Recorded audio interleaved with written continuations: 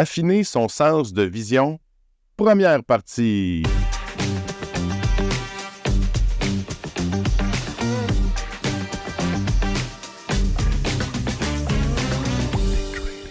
Bien le bonjour à tous et à toutes. J'espère que vous êtes en forme. Moi, je le suis. Je suis en plus de ça extrêmement très excité. Pas juste pour le sujet d'aujourd'hui, mais aussi à cause de notre invité très spécial qui porte vraiment une place privilégiée dans mon cœur.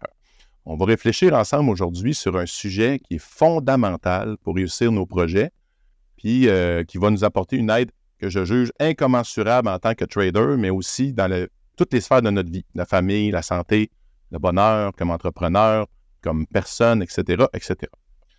La vision. Sans elle, il n'y a rien qui se passe. Sans elle, on ne passe pas vraiment à l'action. Sans la vision, on va très difficilement passer au travers des épreuves. Sans la vision, c'est très difficile, voire presque impossible de réussir. C'est ça qu'on va faire aujourd'hui, on va réfléchir là-dessus. On va travailler sur ce qui est, au départ, une petite étincelle qui a quand même un potentiel de se transformer en l'équivalent d'un réacteur nucléaire en nous apportant une source d'énergie quasi illimitée pour avancer vers nos objectifs. Ça dépend juste de nous puis de nos pensées. Et donc, pour ce faire, je vais avoir deux gentils personnages et gentils amis avec qui partager ça. Mais avant tout, je fais la parenthèse, abonnez-vous, partagez en grand nombre, ça va nous aider, ça va permettre à de plus en plus de gens de profiter des trucs. Puis même si on parle beaucoup de trading, de placement, d'intelligence financière, il y a beaucoup de principes qui est partagé, qui servent justement dans toutes les sphères de notre vie. Donc, gênez-vous pas, faites passer le message. Donc, je suis toujours en compagnie de mon cher Fuji Master François Joly-Dubois. Comment ça va, mon ami visionnaire? Ça va très bien, très content d'être de faire cet épisode que nous avons reporté. Finalement, on va bien conclure la saison. Exactement. Ça va super bien. Puis toi, François, quand tu étais le plus jeune trader de la Bourse de Montréal, on va se le dire, ça t'a pris une vision, là. Il a fallu que tu y crois en tabarouette.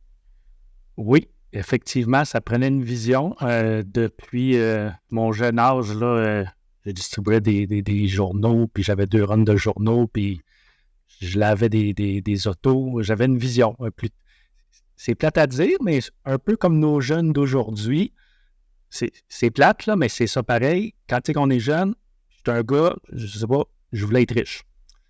Donc, ma vision, c'est plate, là, mais je sais pas, j'aimais les belles voitures, puis j'avais une belle photo d'une Porsche, puis j'avais une vision. J'ai dit un jour, tu sais, il faut visualiser nos rêves, même s'ils sont s'ils sont inatteignables, il faut quand même en avoir.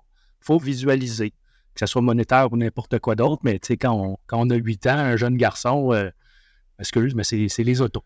Donc, oui, j'avais une vision. Puis quand j'ai embarqué sur le parquet de la bourse, là, t'as une autre vision. Là. C'est ça. Puis à 19 ans, il fallait que tu y crois. Il fallait que tu le vois là, dans ta tête.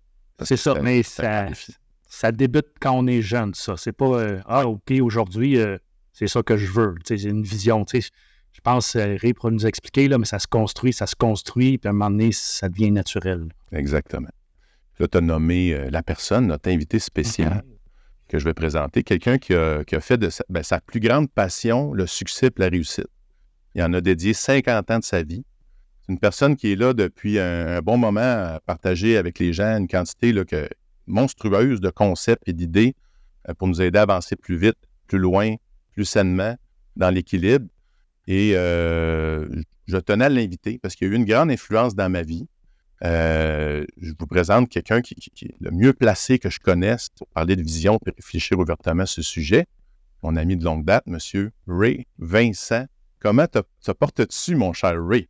De mieux en mieux, comme toujours. Il y a toujours quelque chose qui va aller mieux à tous les jours. C'est clair. Très honoré d'être ici. Moi, je suis très heureux de te recevoir. Je veux quand même expliquer la relation que j'ai avec toi, Ray, parce qu'on se connaît là, depuis 20 ans maintenant. Oui. Et pendant 10 ans, tu as été ce que j'appelle un mentor intensif pour moi. On a eu la chance de partager la même scène comme conférencier plusieurs fois par semaine pendant des années. Puis, je me suis servi de toi positivement. Je me suis servi de toi pour apprendre le métier, voir qu'est-ce qui marche et qui ne marche pas. C'est sûr que j'avais quand même une facilité naturelle, mais je me suis quand même très inspiré de ta façon de te présenter sur une scène en conférence. Puis, J'ai aussi, pendant quelques mois, là, je ne me souviens pas comment ça durait. Je pense que ça durait 10 mois. J'ai fait ton coaching de vie. Tu avais un coaching de vie, un programme de groupe. J'ai fait ça. Ça aussi, ça m'a beaucoup influencé parce que je l'ai pris très au sérieux. Tu nous donnais des devoirs, on parlait de concepts. Je partais, puis, dans le fond, je mettais en application ce que tu nous enseignais. Donc, Ré, juste merci d'être là. Merci d'exister, puis d'avoir fait ça pour tout le monde, mais pour moi, plus en particulier aujourd'hui. Quand même, quand même, 20 ans d'amitié, c'est beaucoup, là. Oui. Oui, c'est partagé, là. On a appris les uns des autres aussi. Exactement. Fait que ça fait une intro qui était un petit peu longue, là, mais je tenais quand même à partager avec vous, les amis, là, parce que ce bonhomme-là, je vais le dire comme ça, il mérite qu'on l'écoute grandement. Si vous ne le connaissez pas, parce que peut-être vous le connaissez, puis vous l'avez vu dans les années 80, il y avait une belle moustache avec Frisotti, qui est en train de reconstruire en ce moment. Oui. Et il était très régulièrement à la télé, donc, tu sais, il y a des fortes chances que... Mais tu as quand même changé un peu, là, physiquement, depuis. Oui, légèrement. Fait qu'on va se lancer dans le sujet. Puis là, ce qu'on va faire, c'est ça, c'est qu'on va se questionner ensemble. On va poser des questions. J'ai mis une série d'idées qu'on va questionner. On laisse réaller un petit peu, puis on commente, puis on partage, dans le fond, nos connaissances et notre savoir. Fait que là, la première question qui me vient, la vision, ben, mon cher Ré, dis-nous donc ça, pourquoi on devrait apprendre, pas juste à la voir, mais à la développer? Mais je crois qu'au départ, comme François disait, ça commence jeune. Moi, ça a commencé jeune. Mais évidemment, comme François disait, à 8 ans, il avait la vision d'avoir une Porsche. Et il a sûrement eu sa Porsche. Ou tu l'as encore, ou tu vas l'avoir, ou anyway, là, tu sais, là, je veux dire.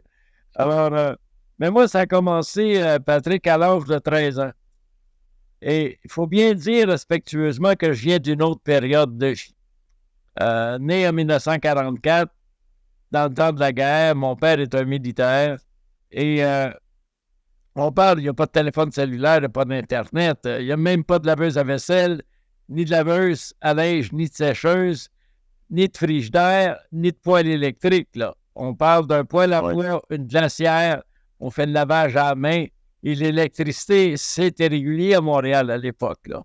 Alors, et aussi, on vient au monde à l'époque où la religion catholique a beaucoup d'influence sur la moralité du peuple ou même la façon sociale que le peuple devrait vivre comme principe. Mais je peux dire que cette vision-là que moi j'ai eue, comme François disait tout à l'heure, à 13 ans, moi, ça s'est fait à l'église. C'est curieux, hein? Et indépendamment de la religion, complètement indépendamment de la religion, dans mon petit village qui s'appelle Les Cèdres, il y a un curé qui fait des sermons et il est complètement là, emballant. Il est complètement passionné. Et moi, à 13 ans, je suis fasciné par la réaction que mon père et ma mère ont. Et le public qui est là, les gens ressortaient de l'église après son sermon, le visage et les yeux lumineux. Et c'est de semaine en semaine, parce qu'à l'époque, il fallait aller à l'église, c'est obligatoire. Hein? Si vous ne voulez pas aller en enfer, il fallait aller à l'église. On allait à l'église de peur, tu sais. Et moi, je disais à ma mère, mon père, la même chose. Moi, j'aimerais ça un jour faire ça. Inspirer les gens à avoir de l'espoir. Parce que beaucoup d'hommes et de femmes de mon époque, ils n'ont pas d'espoir. On va parler de la foi, mais non pas une foi dans le style religieux. La foi dans le style vision, comme il parlait François tout à l'heure. À 13 ans, tu avais cette pensée-là? À 13 ans, tu t'es dit ça? Oui. C'est quand même mature pour un jeune de 13 ans. C'est spécial. Remarque, François, que moi, je comprenais pas ce que le curé disait, là. Tu sais, je veux dire, à 13 ans, là, j'étais limité dans ma compréhension, mais je voyais l'impact qu'il avait sur ces gens-là. Moi, je voyais ça dans leur visage, dans leurs yeux. Les gens ressortaient, le curé a fait un bon sermon, le visage lumineux, les yeux lumineux, ça m'impressionnait de semaine en semaine parce que j'étais au primaire à l'époque, tu sais. Et je disais à un moment, moi, je veux faire ça. Évidemment, avoir une vision facile à dire, à faire, c'est deux, là. Mhm. Il faut la réaliser, il faut la matérialiser, ta vision. Et à mon époque, devenir un curé prédicateur, il fallait faire un prêtre. Tu comprends? Il fallait aller au séminaire, parce que mon petit village était à l'extérieur des grands centres. Alors, je suis allé au séminaire pendant 5 ans pensionnaire pour faire un prêtre. Et évidemment, de 13 ans à 14, 15, 16 ans, la biologie de ton corps change, tu comprends? Et la mienne s'est mise à changer d'une façon exponentielle à un tel point que j'ai dit à mon père, il dit, mon père, il faudrait que tu me sortes du collège là, parce que je pense qu'il y a quelque chose qui tourne pas rond là-dedans, là, parce que les curés peuvent pas avoir de femmes, peuvent pas avoir d'enfants, puis moi, là, je suis obsédé, un jour, je veux une famille, je veux une femme, je veux des enfants.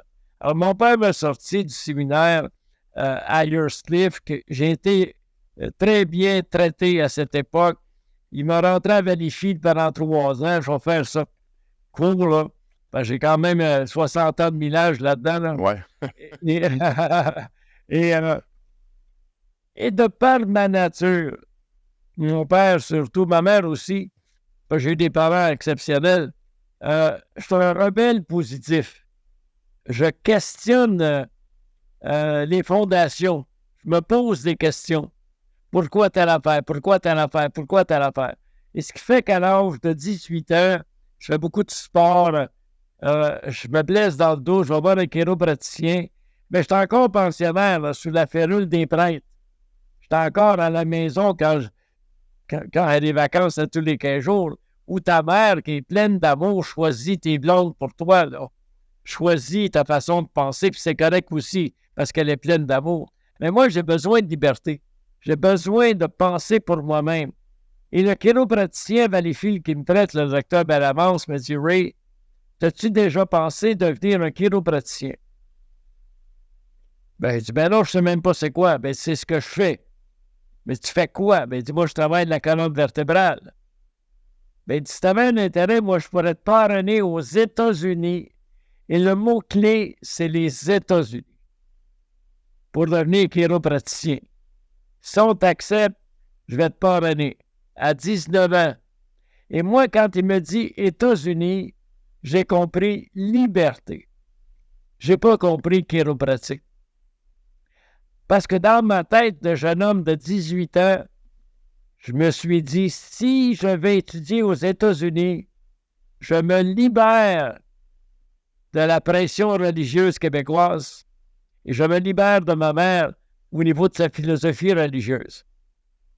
Et c'est ça qui m'a motivé, là, moi, de m'exiler aux États-Unis à l'âge de 19 ans, avec évidemment l'aide de mon père, parce que sans mon père, j'aurais jamais été.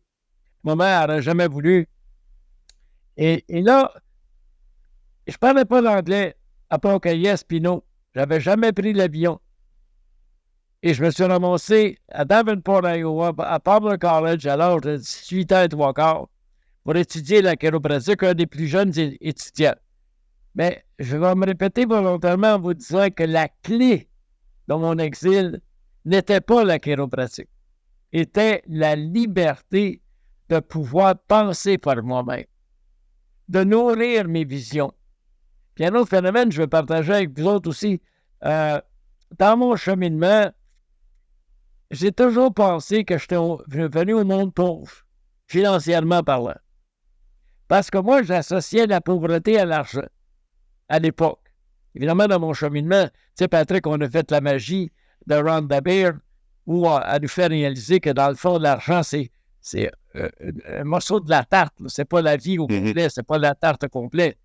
Et j'ai réalisé avec les années que j'étais venu au monde riche. Oui, je suis venu au monde riche. J'ai eu des parents d'amour, des grands-parents d'amour. J'ai été vêtu, j'ai été habillé, j'ai été logé, puis ça. Alors, aux États-Unis, c'est comme un oiseau qui sort de sa cage. Tu es en cage mentalement, tu es en cage moralement pendant toute ta vie. Puis là, tu es libre là, à 100% de penser ce que tu veux, de croire ce que tu veux, de côtoyer des gens qui n'ont pas la même philosophie que toi. Et t'en arriver à choisir, comme tu disais, François, ta propre vision. Ta propre vision. Et ma propre vision s'est manifestée, j'avais 20 ans, toujours aux États-Unis. Je vivais en coloc avec un Américain.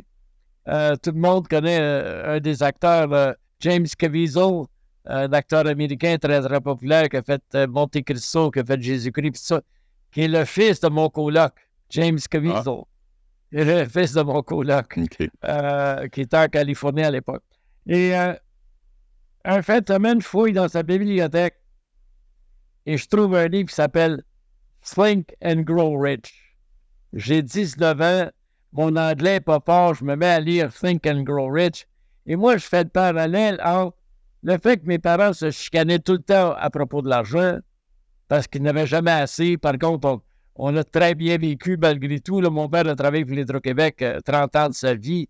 Il a toujours été là pour nous. On n'a jamais manqué de nourriture et ainsi de suite. Et là, moi, je me suis dit, si j'ai à penser et devenir riche, je ne me chicanerai pas pour l'argent. C'était là ma première vision.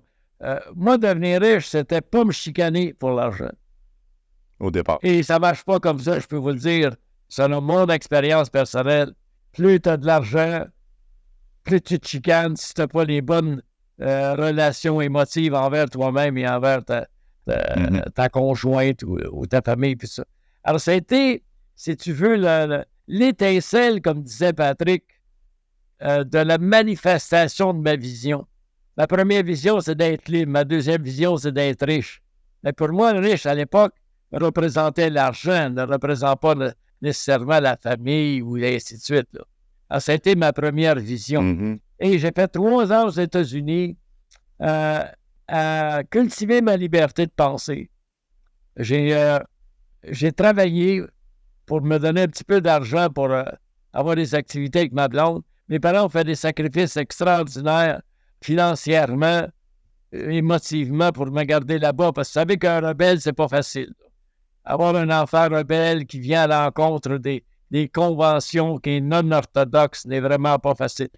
J'ai eu le privilège de jamais tomber dans l'alcool, ni dans la drogue, ni dans les excès de femmes comme principe. Là, j'ai eu ce privilège-là. Je n'étais pas parfait, loin de là, je ne le suis pas encore. Et j'étais sur un visa d'immigrant.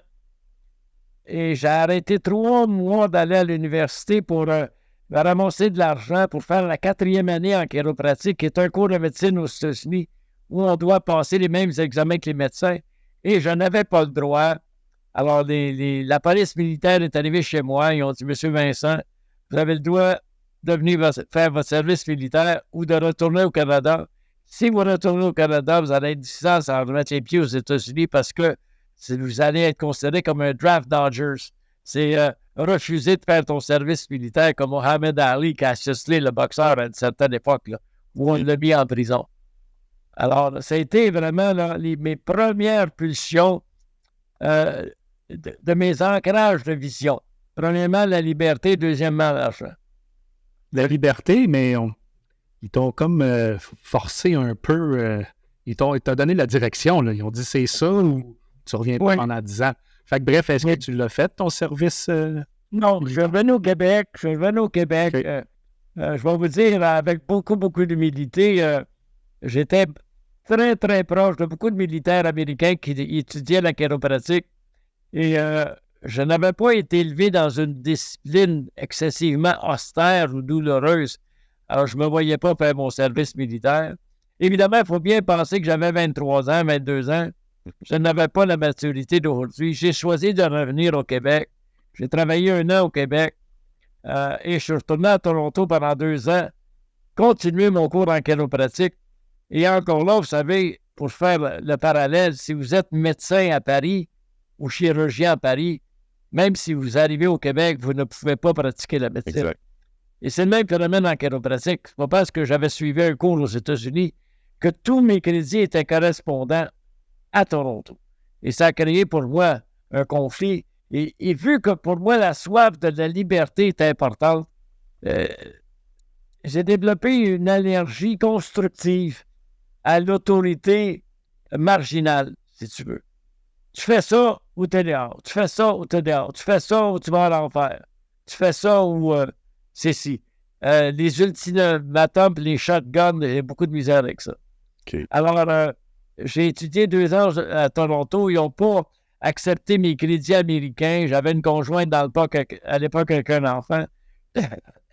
Excusez. Je suis revenu au Québec avec 5 ans d'université en chiropratique. J'ai pratiqué la chiropratique dans la tolérance pendant 4 ans, à l'époque où c'était illégal au Canada et au Québec, mais toléré, qui est devenu toléré en 1974. Et en 1973, j'ai quitté la chiropratique, devenu conférencier à plein temps.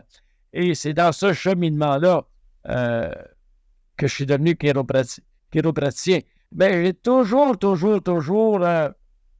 été fasciné par le marginal. Toujours été fasciné par les méthodes d'éducation ou de formation par les hommes et les femmes exceptionnels, comme les grands militaires exceptionnels. Ils pensent comment? Les grands athlètes exceptionnels, ils pensent comment? C'est quoi leur vision? C'est quoi leur mindset? Et c'est quoi qu'ils sont prêts à faire, les sacrifices qu'ils sont prêts à faire pour atteindre leurs objectifs. Et à travers mes 50 ans de recherche, même plus, parce que je peux même dire 60 ans, j'ai voulu étudier vraiment la fondation, l'âme qui anime cet homme et cette femme-là à vouloir gagner aux Olympiques, à vouloir devenir un militaire de haut niveau comme les snipers, les SEALs, les bérets verts, et ainsi de suite, que j'ai étudié énormément.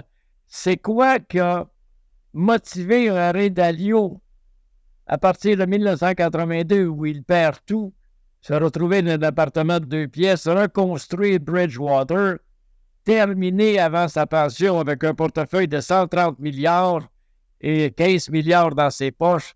C'est quoi qui l'a animé? C'est quoi qui a nourri cette vision-là, cette passion-là durant ces 40 ans? Et j'en suis venu à ça. Vous savez, moi, je travaille beaucoup comme coach dans le monde de l'immobilier et je bénis les gens qui l'ont fait. Et tous ces hommes et ces femmes veulent être millionnaires, ont un esprit millionnaire, ils ont un mindset de millionnaire que j'ai réalisé avec respect, qui est un rêve érotique, c'est un fantasme dans le fond. Parce que si tu n'as pas à la base un mindset de militaire, d'un homme et d'une femme disciplinés, structurés, prêts à en baver, prêts à en transpirer, prêts à en pleurer quasiment, tu ne seras jamais un millionnaire équilibré. Impossible. Je le sais, je l'ai vécu. Parce que moi, j'ai toujours eu l'esprit millionnaire sans avoir l'esprit militaire. Et ce n'est que plus tard, dans les années, que j'ai compris qu'un esprit millionnaire sans le soutien d'un esprit militaire, c'est un rêve, c'est un fantasme. C'est ça que je retiens de l'introduction de Ray, puis pour faire un lien avec la bourse, là, discipline. Ça revient dans n'importe quel métier, dans n'importe quoi. Si tu veux réussir, tu sais, c'est la discipline. Bref. Oui. Mais c'est vrai que c'est un bon point, tu sais. Puis quand je parlais des embûches tantôt, moi, j'ai une belle image qui me suit que je trouve, puis je ne me souviens pas si je t'en ai déjà parlé, Ray, mais c'est quoi la différence entre passer à travers quelque chose et passer au travers de quelque chose? Est-ce que vous voyez? Je vais te laisser commenter, mon chum. Quand on dit passer à travers, ben, c'est facile. On passe à travers une porte, là, quand elle est ouverte. Mais passer au travers, il y a des embûches, puis il y a des difficultés. Puis c'est plus lourd, c'est plus dur. Donc, le cheminement, pour se rendre à notre vision, on doit passer au travers un processus. Voilà. Ça, c'est une image qui me suit, puis j'aime bien la subtilité de ça. Tu sais. Fait que là, moi, ce que je propose, dans le fond, qu'on a appris à connaître Ray. C'était déjà 25 minutes. Je propose qu'on prenne une pause. Là, ça va être la deuxième partie qui va commencer. Puis dans la prochaine partie, ce qu'on va faire, on va faire comme un genre de pot-pourri, en rafale. On va poser une question à Ray, puis on va avoir la discipline de répondre de façon concise, puis on va essayer de faire des parallèles avec le trading. Fait que là, on a mis la table, on connaît le personnage.